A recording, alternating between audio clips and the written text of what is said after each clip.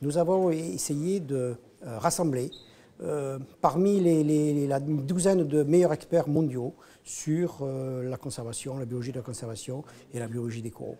Donc c'est ce travail que nous faisons ici pendant 2 jours pour essayer non seulement de faire un constat, mais surtout de bâtir les solutions. Ce qui apparaît, c'est qu'il n'y a aucune solution isolée qui est suffisante.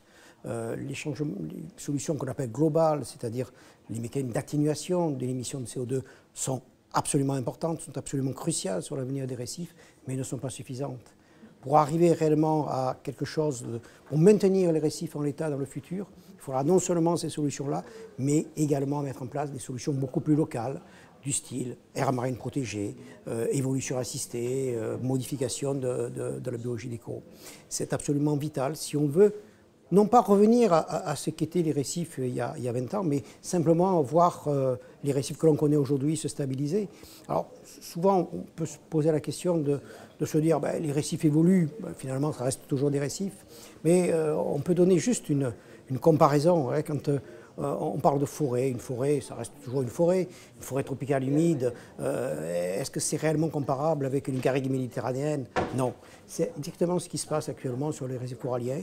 Finalement, la couverture globale des récifs reste la même, mais on assiste à une évolution majeure de la population de coraux qui entraîne des évolutions majeures de la biodiversité et une diminution énorme des poissons récifaux.